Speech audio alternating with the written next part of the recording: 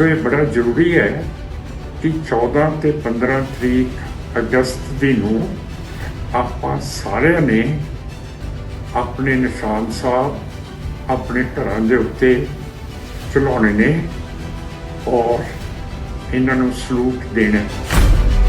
ਝੂਲਤੇ ਰਹਿਣ ਨਿਸ਼ਾਨ ਪੰਥ ਮਹਾਰਾਜ ਦੇ। ਸਾਡੇ ਝੰਡੇ ਵੀ ਜੁਗ ਜੁਗ ਟੱਲ ਨੇ ਤੇ ਹਮੇਸ਼ਾ ਉਹਨਾਂ ਨੂੰ ਲਹਿਰਾਉਣਾ ਚਾਹੀਦਾ ਹੈ। ਵਾਹਿਗੁਰੂ ਜੀ ਕਾ ਖਾਲਸਾ ਵਾਹਿਗੁਰੂ ਜੀ ਕੀ ਫਤਿਹ। ਅੱਜ 6 ਤਰੀਕ ਅਗਸਤ ਦੀ ਹੈ ਤੇ ਤੁਹਾਡਾ ਦਾਸ ਪੰਥ ਦਾ ਸਿਮਰਨਜੀਤ ਸਿੰਘ ਮਾਨ ਤੁਹਾਡੇ ਨਾਲ ਸਿੱਧੀ ਗੱਲਬਾਤ ਦਿੱਲੀ ਤੋਂ ਕਰ ਰਿਹਾ ਹੈ।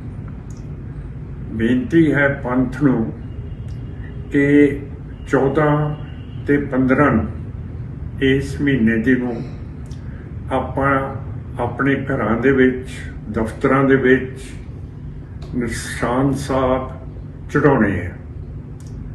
ਕਿਉਂ ਕਰਕੇ ਜਦੋਂ ਆਪਾਂ ਅਰਦਾਸ ਕਰਦੇ ਹਾਂ ਆਪਾਂ ਕਹਿੰਦੇ ਹਾਂ ਚੌਂਕੀਆਂ ਝੰਡੇ ਬੂੰਗੇ ਜੁਗ ਜੁਗ ਅਟਲ।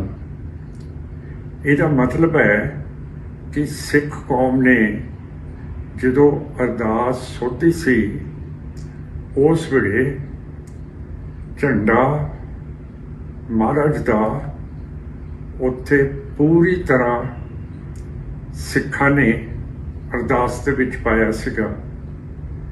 ਤੇ ਜਿਹੜੇ ਸਾਡੇ ਵਿੱਚ ਅੱਜ ਹੈ ਨਹੀਂ ਗੇ ਸਰਦਾਰ ਦੀਪ ਸਿੰਘ ਸਿੱਧੂ ਵਾਰਿਸ ਪੰਜਾਬ ਦੇ, ਇਹ ਕਿਹਾ ਕਰਦੇ ਸੀਗੇ ਝੂਲਤੇ ਰਹਿਣ ਨਿਸ਼ਾਨ ਪੰਥ ਮਹਾਰਾਜ ਦੇ। ਇਸ ਦਾ ਮਤਲਬ ਹੈ ਕਿ ਜੇ ਸਿੱਖਾਂ ਨੂੰ ਇੱਕ ਹੁਕਮ ਹੈ ਕਿ ਅਸੀਂ ਆਜ਼ਾਦ ਹਾਂ, ਅਲੱਗਾ ਕੌਮ ਹੈ, ਅਲੱਗਾ ਮਜ਼ਹਬ ਹੈ, ਤਾਂ ਫਿਰ ਸਾਡੇ ਝੰਡੇ ਵੀ ਜੁਗ ਜੁਗ ਟੱਲ ਨੇ ਤੇ ਹਮੇਸ਼ਾ ਉਹਨਾਂ ਨੂੰ ਲਹਿਰਾਉਣਾ ਚਾਹੀਦਾ ਜਿੱਥੇ ਵੀ ਹੈਗੇ ਆ।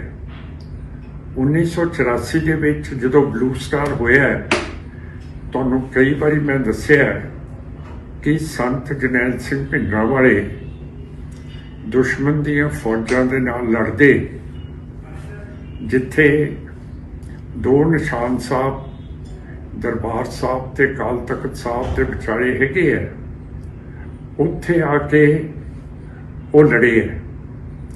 ਉਹਨਾਂ ਦੀ ਛਾਤੀ ਦੇ ਵਿੱਚ 74 ਗੋਲੀਆਂ ਵੱਜੀਆਂ ਸੀ ਤੇ ਉਹ ਝੰਡਿਆਂ ਦੇ ਕੋਲੇ ਹੀ ਨਾਲ ਲੱਗ ਕੇ ਉਹਨਾਂ ਨੇ ਸ਼ਹਾਦਤ ਪਾਈ ਹੈ। ਸੋ ਜਦੋਂ ਵੀ ਸਿੱਖਾਂ ਦੀਆਂ ਫੌਜਾਂ ਚੜ੍ਹਾਈ ਕਰਦੀਆਂ, ਜਦੋਂ ਹੁਣ 2020 ਦੇ ਵਿੱਚ ਚੀਨ ਦਵਾ 60 ਲਦਾਖ ਦੇ ਵਿੱਚ ਘੁਸਪੈਠ ਕਰ ਰਹੀ ਸੀ, ਫਿਰ ਹਿੰਦੂਤਵਾ ਸਰਕਾਰ ਨੇ ਸਮਝਿਆ ਕਿ ਸਿੱਖ ਫੌਜਾਂ ਉੱਥੇ ਪਹੁੰਚਣੀਆਂ ਚਾਹੀਦੀਆਂ। ਤੇ ਤੁਹਾਨੂੰ ਸ਼ਾਇਦ ਪਤਾ ਹੋਊਗਾ ਸਿੱਖ ਰਸਮ ਦਾ ਕਿ ਜਦੋਂ ਵੀ ਸਿੱਖ ਬਟਾਲੀਅਨ ਮਾਰਚ ਕਰਦੇ ਆ, ਸਭ ਤੋਂ ਅੱਗੇ ਇੱਕ ਜਿਹੜਾ ਸਾਡਾ ਜਵਾਨ ਹੁੰਦਾ ਉਹਦੇ ਹੱਥ ਦੇ ਵਿੱਚ ਨਿਸ਼ਾਨ ਸਾਹਿਬ ਹੁੰਦੇ ਆ। ਉਸ ਤੋਂ ਮਗਰੋਂ ਇੱਕ ਸਿੰਘ ਨੇ ਆਪਣੇ ਸਿਰ ਦੇ ਉੱਤੇ ਗੁਰੂ ਗ੍ਰੰਥ ਸਾਹਿਬ ਬਿਰਾਜਮਾਨ ਕੀਤੇ ਹੁੰਦੇ ਆ। ਉਸ ਤੋਂ ਪਿੱਛੋਂ ਫਿਰ ਆਪਣੀ ਫੌਜ ਅੱਗੇ ਵੱਧਦੀ ਹੈ ਤੇ ਇਹ ਸਿੱਖ ਕੌਮ ਦੀ ਹਮੇਸ਼ਾ ਰਸਮ ਰਹੀ ਹੈ ਕਿ ਸਾਡੇ ਨਿਸ਼ਾਨ ਸਾਹਿਬ ਇਹ ਹਮੇਸ਼ਾ ਝੂਲਦੇ ਰਹਿਣ। ਕਿੰਨੇ ਗੁਰਦੁਆਰੇ ਸਾਰੀ ਦੁਨੀਆ ਦੇ ਵਿੱਚ ਬਣੇ, ਉੱਥੇ ਵੀ ਦੇਖੋਗੇ ਤੁਸੀਂ ਕਿ ਨਿਸ਼ਾਨ ਸਾਹਿਬ ਸਿੱਖ ਦਾ ਝੂਲ ਰਿਹਾ ਹੈ। ਬੇਸ਼ੱਕ ਕਈ ਸਰਕਾਰਾਂ ਕਹਿੰਦੀਆਂ ਕਿ ਇੱਕ ਮੁਲਕ ਦੇ ਵਿੱਚ ਸਿਰਫ ਇੱਕ ਝੰਡਾ ਹੋਣਾ ਚਾਹੀਦਾ। ਸੋ ਇਹ ਬੜਾ ਜ਼ਰੂਰੀ ਹੈ ਕਿ 14 ਤੇ 15 ਤਰੀਕ ਅਗਸਤ ਦੀ ਨੂੰ ਆਪਾਂ ਸਾਰਿਆਂ ਨੇ ਆਪਣੇ ਨਿਸ਼ਾਨ ਸਾਹਿਬ ਆਪਣੇ ਘਰਾਂ ਦੇ ਉੱਤੇ ਚਲਾਉਣੇ ਨੇ ਔਰ ਇਹਨਾਂ ਨੂੰ ਸਲੂਟ ਦੇਣਾ। ਦੂਸਰੀ ਗੱਲ ਜਿਹੜੀ ਮੈਂ ਕਰਨਾ ਚਾਹੁੰਦਾ ਉਹ ਹੈ ਕਿ 10 ਤਰੀਕ ਨੂੰ ਜਿਹੜੇ ਸਾਡੇ ਬੰਦੀ ਸਿੰਘ 25 30 ਸਾਲਾਂ ਤੋਂ ਜੇਲ੍ਹਾਂ ਦੇ ਵਿੱਚ ਬੰਦ ਕੀਤੇ ਹੋਏ ਹੈ ਇਸ BJP RSS ਹਕੂਮਤ ਨੇ, ਉਹਨਾਂ ਦੇ ਲਈ ਇੱਕ ਅਸੀਂ ਵੱਡਾ ਪ੍ਰਦਰਸ਼ਨ ਜੰਤਰ ਮੰਤਰ ਦਿੱਲੀ ਦੇ ਵਿੱਚ 10 ਤਰੀਕ ਅਗਸਤ ਦੀ ਨੂੰ ਕਰਨਾ। ਇਹਦੇ ਵਿੱਚ ਤੁਸੀਂ ਸਾਰਿਆਂ ਨੇ ਦਬਾ ਕੇ ਪਹੁੰਚਣਾ। ਦਿੱਲੀ ਦੇ ਸਿੱਖ ਵੀ ਆਉਣ, ਸਾਰੇ ਜਿੱਥੋਂ ਆ ਸਕਦੇ ਹੈ ਉਹ ਆਪਣੇ ਜਥੇ ਇੱਕ ਦਿਨ ਪਹਿਲਾਂ 9 ਤਰੀਕ ਨੂੰ ਲੈ ਆਉਣ ਤੇ ਰਕਾਬਗੰਜ ਸਾਹਿਬ ਗੁਰਦੁਆਰਾ ਸਾਹਿਬ ਉੱਥੇ ਤੁਹਾਡਾ ਟਿਕਾਣਾ ਹੋਊਗਾ ਤੇ ਅਗਲੇ ਦਿਨ ਅਸੀਂ ਜੰਤਰ ਮੰਤਰ ਦੇ ਉੱਤੇ ਆਪਣਾ ਰੋਸ ਪ੍ਰਗਟ ਕਰਾਂਗੇ। ਫਿਰ ਮੈਂ ਕਹਿਣਾ ਚਾਹੁੰਦਾ ਕਿ ਨਿਸ਼ਾਨ ਸਾਹਿਬ ਇੰਨਾ ਸਾਡੇ ਲਈ ਮਹੱਤਤਾ ਰੱਖਦਾ ਹੈ ਕਿ ਬਾਬਾ ਬਘੇਲ ਸਿੰਘ ਨੇ 1783 ਦੇ ਵਿੱਚ ਪਹਿਲੀ ਵਾਰੀ ਜਦੋਂ ਦਿੱਲੀ ਫਤਿਹ ਕੀਤੀ ਹੈ ਉਦੋਂ ਉਹਨਾਂ ਨੇ ਲਾਲ ਕਿਲੇ ਦੇ ਉੱਤੇ ਨਿਸ਼ਾਨ ਸਾਹਿਬ ਚੜ੍ਹਾਤਾ ਸੀਗਾ।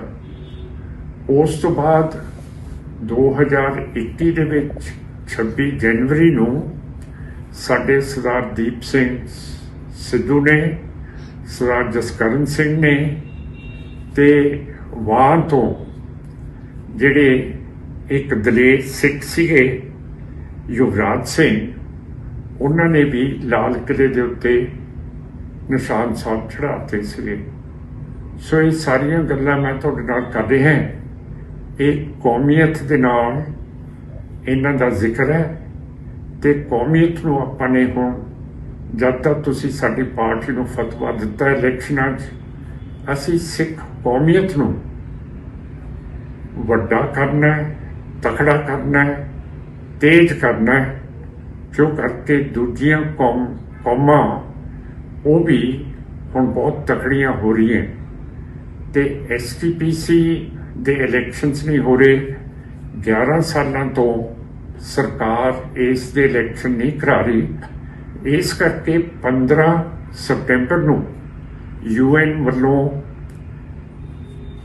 ਦੱਸਿਆ ਗਿਆ ਕਿ ਇਹ ਜਮਹੂਰੀਅਤ ਦਿਨ ਮੰਨਿਆ ਜਾਊਗਾ ਤੇ 15 ਸਤੰਬਰ ਨੂੰ ਦਰਬਾਰ ਸਾਹਿਬ ਦੇ ਕੋਲੇ ਆਪਾਂ ਇੱਕ ਬਹੁਤ ਵੱਡਾ ਇਕੱਠ ਕਰ ਰਹੇ ਹਾਂ ਕਿ ਸਾਡੀ ਸਿੱਖਾਂ ਦੀ ਜਮਹੂਰੀਅਤ ਉਹ ਕਿਉਂ ਮਾਰੀ ਗਈ ਹੈ।